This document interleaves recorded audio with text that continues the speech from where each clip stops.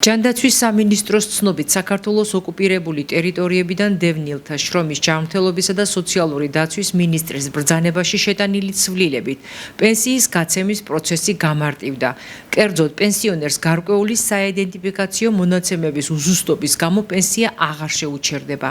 გავრცელებული ინფორმაციის თანახმად, მანამდე არსებული პრაქტიკით, თუ პირადობის მოწმობასა და სახელმწიფო სერვისების განვითარების სააგენტოს ბაზას შორის რაიმე შეუსაბამობა ფიქსირდებოდა, პენსიის გაცემა ჩერდებოდა, სანამ მოქალაქე ახალ დოკუმენტს არ წარადგენდა.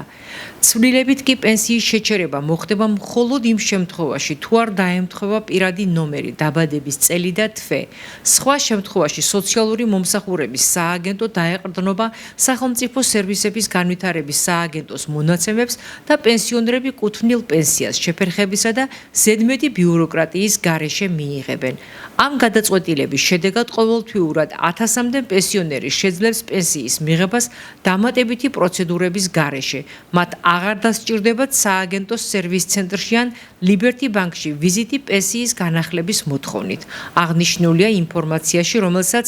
ჯანდაცვის სამინისტრო ავრცელებს.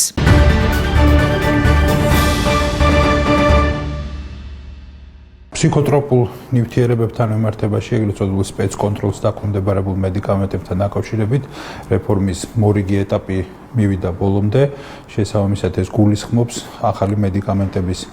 მარაგის შექმნას და შესაბამისად ამის მიწოდებას შესაბამისი პროფილის დაწესებულებებისთვის, როგორც არის უშუალოდ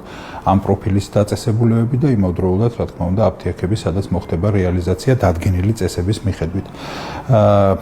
აჩვენა შედეგებმა და აი ამ ეტაპის გადალახვამ, რომ რეალურად ეს იყო აბსოლუტურად სწორად დაგეგმილი, სწორად ჩაფიქრებული და ერთმნიშვნელოვნად სწორი რეფორმა, ვინაიდან ამ რეფორმის კეთების პროცესში გამოიკვეთა არაერთი გარემოება, რომელიც გვაფიქრებინებს, რომ ხშირ შემთხვევაში აბსოლუტურად გადაჭარბებული ფასნამატებით ხდებოდა ამ მედიკამენტებით ვაჭრობა, რაც რა თქმა უნდა საბოლოო ჯამში თვითონ მომხმარებელზე, თვითონ პაციენტებზე უარყოფითად დაისახებოდა. ამჟამად ჩატარებული რეფორმის შედეგად შეგვიძლია ვთქვათ, რომ მნიშვნელოვანი ფასების კლება იქნება დამახასიათებელი ამ ეტაპისთვის და შესაბამისად მოქალაქეებისთვის გაცილებით უფრო ხელმისაწვდომი გახდება ცალკეული მედიკამენტები, რომელიც ესაჭიროებათ ცალკეულ პაციენტებს. აქ არ შეიძლება არ აღინიშნოს, რომ განსაკუთრებულად მნიშვნელოვანი იქნება და განსაკუთრებულად დიდ ყურადღებას დაუთმობს თვითონ სამინისტროც კონტროლს, რომელიც იწარმოება ამ ტიპის მედიკამენტების გაცემასთან დაკავშირებით, ამიტომ რა თქმა უნდა აქედანვე იმთავითვე მინდა ყველა ექიმს, ყველა აფთიაქს, ყველა დაწესებულებას, რომელიც ამ მედიკამენტების ბრუნვაშია ჩართული, მაქსიმალურად ყურადღებით იყვნენ და მაქსიმალურად აკურატულები იყვნენ კანონმდებლობის მოთხოვნათა დაცვაში, ვინაიდან ბუნებრივია ჩვენ არავითარი უფლება არ გვაქვს, არ ვიყოთ აბსოლუტურად მკაცრები, თუ კი ადგილი ექნება გარკვეულ ქმედებებში სამართალ დარღვევებს. ამიტომ ბუნებრივია კიდევ ერთხელ ხაზგასმით მინდა ყველას მივუწოდო, რომ მაქსიმალურად აკურატულად მოექცნენ თავსაკუთარ უფლებებსა და მოვალეობებს. ვფიქრობ, რომ აი უახლოესი დღეებიდან პრაქტიკულად ჩვეულებრივ ბრუნვაში ჩაეშვება ყველა ეს მედიკამენტი და შესაბამისად არსაიდან არც ერთი მიმართულებით რაიმე დეფიციტი მოსალოდნელი არ არის. მომავალშიც ბუნებრივია გაგრძელდება მუშაობა, რომლის აუცილებელი მიზანიც გახლავთ, რაც შეიძლება მეტად ახალი თანამედროვე მედიკამენტებით ერთის მხრივ პაციენტების მომარაგება და მეორეს მხრივ მაქსიმალურად იმის უზრუნველყოფა, რომ ფასები იყოს მაქსიმალურად ოპტიმალური.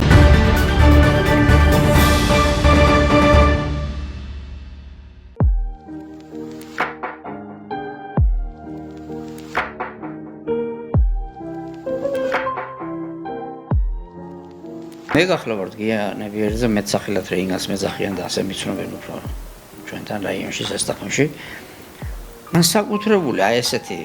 ის რომ აიმდენი რამე შეაგროვა და ესე ამით დაინტერესდა ეს ბოლო 4-5 წელიწადი ასე დაახლოებით რაც იქნება რაც ამით ვარ დაინტერესებული და კი ხედავთ აგერ ამ ულამაზეს ასე ვთქვათ ქვათაღაც თუ შეიძლება ასე ვთქვათ ჟალებში ძირითადად ამ ქვების იმას მე ვარჩევ ფერების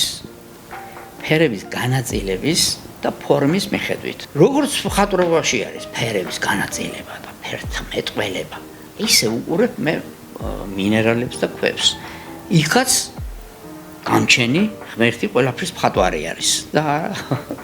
აი ამ ფერების მიხედვით ვარჩევა აი ამ ქვებს ეს ყველაფერი ასე ერთ შერჩეული ამათ გაუძლეს ყველანაირ ასე ვთქვათ შეფასების მაქსიმალურ ასე ვთქვათ კრიტიკას და დავიტოვე მე ესენი თორა ერთი ამდენი ქვები მე კიდევ მოპოვებული მქონდა მაგრამ ისინი აღარ დავიტოვე ესენი არის ის ესენი აღარ მარტო ესენი კიდევ მაქვს გაჩვენებთ იმასაც რომლებიც რაღაცა ჩემი შეფასებით განსაკუთრებულად მიმაჩნია და ბუნების მშვენიერ ასე ვთქვათ მონაპოვრად საჩუქრად მიმაჩნია და აი ამის მიხედვით არის ეს ზოგიერთი ხარ გავს რაღაცა კლდეებს აი ნახეთ როგორ არის რა ლამაზია ხო წარმოგიდგენიათ რამდენი ქვები ყრია ასე ვთქვათ ყრია და არავინ არ აქცევს ყურადღებას ეს ბალასტი ასე ვთქვათ ხო მაგრამ იქ თავს იჩენს ისეთი საოცარი რაღაცებია რომელსაც მე მივაქციე ყურადღება და ჩავთვალე რაღაცნაირად საჭიროთ რომ ესენი უბრალოდ მომეპოვებია ახლა ეს ყველაფერი საიდან დაიწყო ეს არის ძალიან საინტერესო რატომ მაინც საიდან დავიწყე იყო ერთი მომენტი ჩემ ცოლთან ერთად ზირთადად ესენი უფრო უმეტესობა ჩემი ცოლის სოფელში მაქვს სოფელი ლაშედან მაქვს მოპოვებული ჩემი ცოლი არის მასწავლებელი ძალიან კარგი მასწავლებელია და საოცრად უყვართ ბავშვებს ეს პედაგოგი დაწყებითებს მასწავლებელი ლამარე ჭანკოტაძე სოფელი ლაშედან ხოდა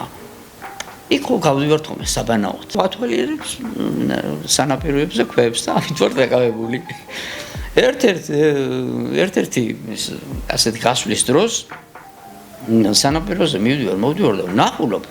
აბსოლუტურად თლიანად მრგვალ ქვას აი ხელში ავიღე და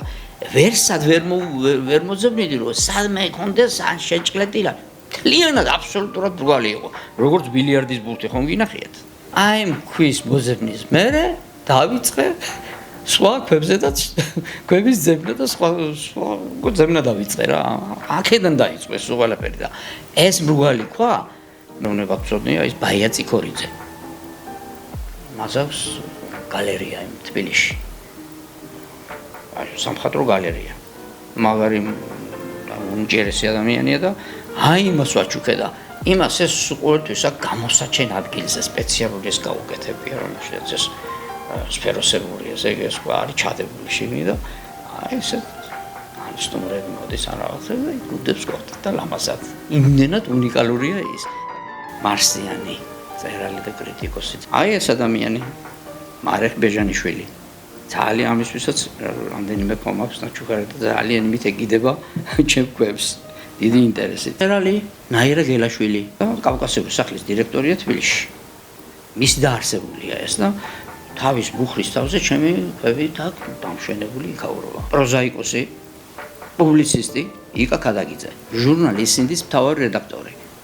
ძალიან აინტერესებს ასეთი სამყარო ესე მაგ განლაგებული უბრალოდ და ვაჩვენებ ვინც მოდის და ვტკბები ეს არის ასე ვთქვათ აი როგორ გითხრათ ნივთი თავისთავად ხანა მიყვარს ხოლმე ეს ქვების ლამაზი ქვების დარება რომელიმე ქვას ავიღებ მაგალითად ხარ თქმა ყველაფერს ვერ ადარებ აი ვთქვათ მაგალითად ავიღებ და ამას და ვატარებ სტილის მასავით არის მიყვარს მისი მასთან ხელით შეხება და ლამაზია მე ზოგიერთებს ვაჩვენებ ხოლმე ზოგიერთები ინტერესდებიან შაშის თამაში არის ჩემი უმთავრესი ჰობი ამაზე მეტი კიდე რა თქმა უნდა ის ამაზე მეტი ძალიან მნიშვნელოვანია ჩემ ცხოვრებაში შაშის თამაში იკავებს ყველაზე დიდ ადგილს თუ შეიძლება ასე ითქვას ნუ მე ძალიან მიყვარს სპორტად რა თქმა უნდა მაგას არ ვთვლი მე ისე როგორც შახმატი და შაში არანაირი სპორტი უბრალოდ დატოვან ეკუთვნება არ ვიცი ეს არის ხელოვნება ეს არის ლოგიკური თამაშის ერთ-ერთი ხელოვნება და შაშის ფაქტობრივად მე მაქვს შაშზე ქართულ ენაზე მაქვს წიგნი დაწერილი რომელიც 2000 წლიდან მივაქციე მას ყურადღება და განსაკუთრებულ შემთხვევებს შაშის პარტიების გათამაშების დროს როცა მე ვეთამაშები ჩემს რომელიმე მოპირდაპირეს ვიმახსოვრებდი გარკვეულ პოზიციებს რომელსაც ყურადღება მიიქცია და შემდეგ მათ ვამუშავებდი ანუ მის ანალიზს ვატარებდი აგერ რაც მაინტერესებს გავაკეთე 12 მე 12 რეული მაქვს ახლა და აქ გეუბნებით განსაცვიფრებელი სამყარო იშლება. იმობს გადაცემა, ეს არის მუსიკა და ეს არის ხელოვნების ისეთი უნიშნულოვანი სტარგი, როგორც არის პოეზია. მე პოეტია ვარ, პოეზიის ლექსებს არ ვწერე, არაფერი ლექსები არ მწერია, მაგრამ ალბათ შეიძლება კი გაგიგონებათ თქვენ ჩემი განსაკუთრებული ინტერესი და განსაკუთრებული დამოკიდებულება ორი პოეტის მიმართ. ამოყოფ ეს იყო გიორგი კორნაპელის სვირელი. ორი არის გოჩა სკილაძე. სიყვარულს უნდა შეხედან ყველაფერს. სიყვარულის მზერით უნდა შეხედან ყველაფერს და მაშინ უფრო ბევრ რამეს დაინახავენ.